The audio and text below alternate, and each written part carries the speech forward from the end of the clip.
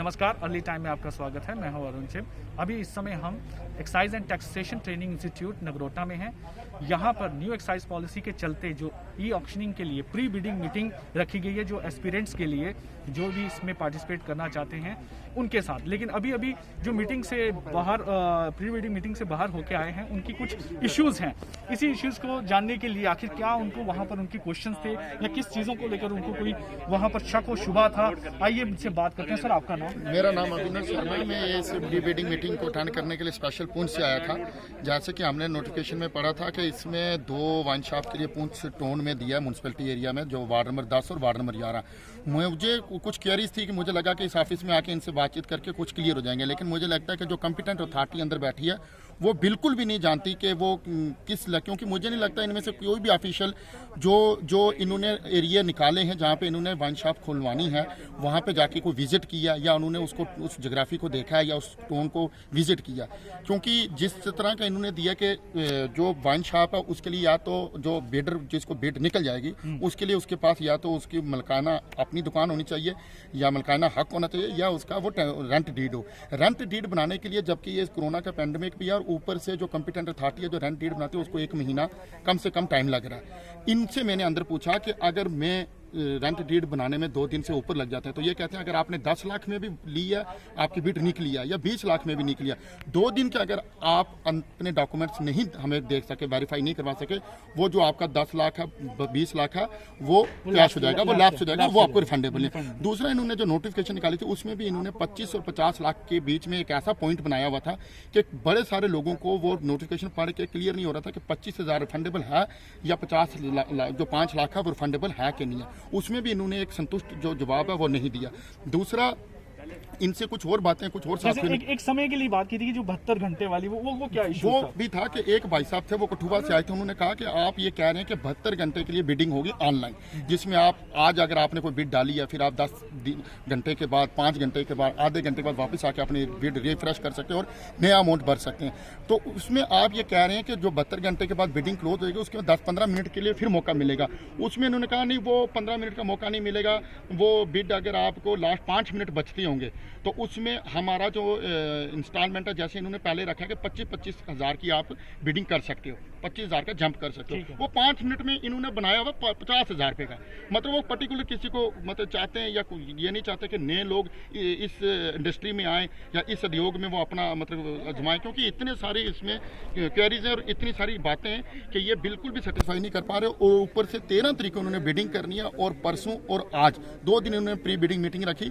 ये मतलब वो हो गया कि जो मतलब अंधेरे में किसी को चिराग दिखाने वाली बात है। ये एक कोई मोनोपोली है या माफिया या जो भी है, वो मुझे उस बारे में नहीं पता। वही आप बताएं कि आपको ऐसी सिचुएशन में जब इस तरीके की आपको इतनी परेशानी आई इसे समझने में, आपको कोई उम्मीद की किरण नजर आती कि क्या ये आम कोई जो एस्पिरेंट होगा उसको कभी भी नहीं कर पाएंगे। मैं ये कहता हूँ जिस इलाके से मैं आता हूँ उधर वाइन शॉप एक सुरनकोट में और मेंढर में भी थी, गवर्नमेंट की वाइन शॉप थी। कब से वो वाइन शॉपें किसी कारण की वजह से बंद हो चुकी हैं, डिपार्टमेंट आज तक वो नहीं खुलवा पाया। और ये वार्ड नंबर 10 और 11 में वाइन शॉप खुलवाएंगे, नई वाइन शॉप, जबकि उधर एक भी दुकान जो 10 नंबर वार्ड में, ये पूंछ सिटी में वाइन शॉप खोलने की बात कर रहे हैं, वो 10 नंबर वार्ड जो मेन सिटी मेन बाजार है, जहाँ पे एक तरफ जो सिंह सभा गुरुद्वारा साहब और दूसरी तरफ 2-3 पूंछ के हिस्टोरिकल मंदिर है, उस लोकेशन में ये वाइन शॉप खुलवाएंगे कैसे, जहाँ पे एक दुकान भी किसी को रेंट पे भी नहीं मिल सकती, क्योंकि हर किसी की अपनी मकान। आप इसमें बताएं आपका क्या एक्सपीरियंस रहा अंदर मीटिंग का? हम देखिए, हमें तो ये उम्मीद थी कि सरकार ने कहा कि ऑक्शन होगी,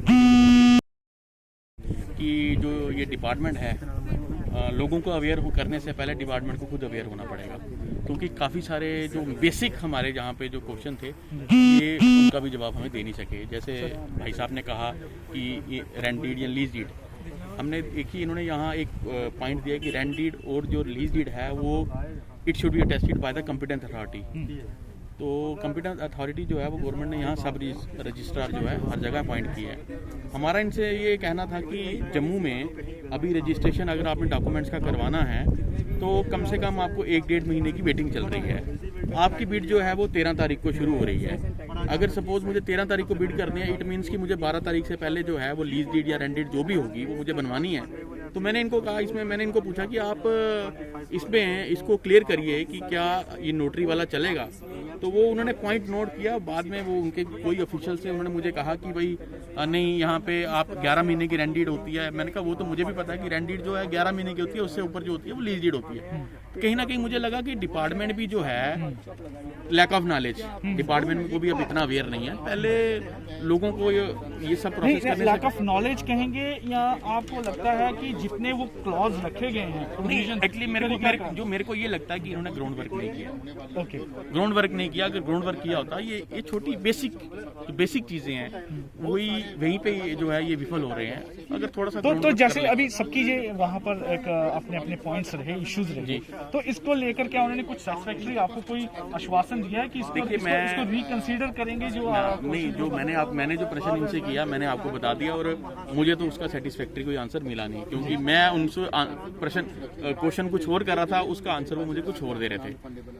तो मैं तो सेटिस्फाई हुआ नहीं इनके आंसर से। अब तो ये तो एक अनसर्टेनिटी बनी रहेगी। अगर आज परसों बिड अगर मैंने करनी है, अभी तो ये मुझे डिपार्टमेंट कब बताएगा कि वो नोटराइज चलेगा डॉक्यूमेंट के नहीं चलेगा। तो कोई कोरिजेंडम निकलेगा, चलो ठीक है, हम जो आए हैं 2, 4, 5, 10 लोग, अगर हमारा कोई वहाँ पे कोई जान पहचान को होगा, हम लोग निकाल लेंगे।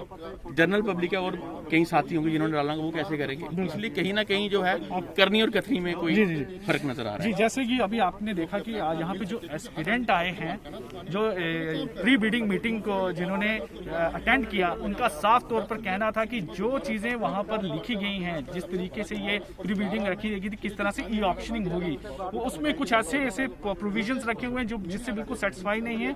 वो तरीके से जो है ये प्री बिडिंग में पार्टिसिपेट नहीं कर सकते। कैमरामैन नरेश भगत के साथ अरुण सिंह, अर्ली टाइम।